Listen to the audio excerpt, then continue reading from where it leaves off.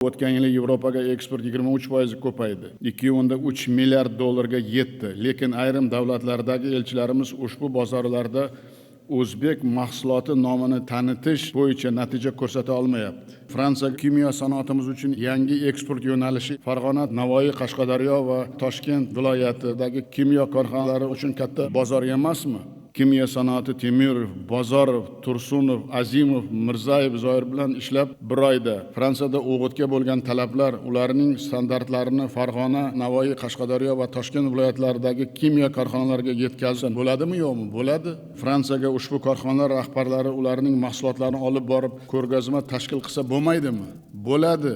Umuman Qudratov, Temirov bir oy muddatda Yevropaning qishloq xo'jaligi rivojlangan davlatlariga mineral o'g'itlar eksportini kelasi 3 yilda 500 million dollarga yetkazish bo'yicha dastur qilib, aniq takliflar berishi zarur.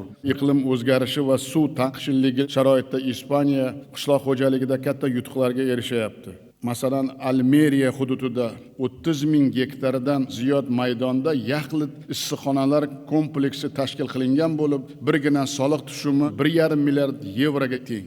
Eng muhimi, bu issiqxonalar quyosh energiyasida ishlaydi, gazdan foydalanmaydi.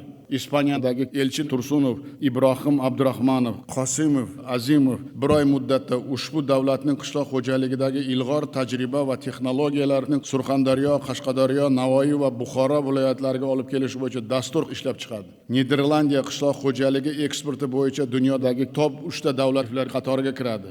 Issiqxonachilik yo'nalishidagi 100 dan ortiq kompaniyalarni birlashtirgan World Heart Center innovatsiya va bilim markaziga har yili butun dunyodan 40 mingdan ziyod mutaxassislar kelib malaka oshiradi.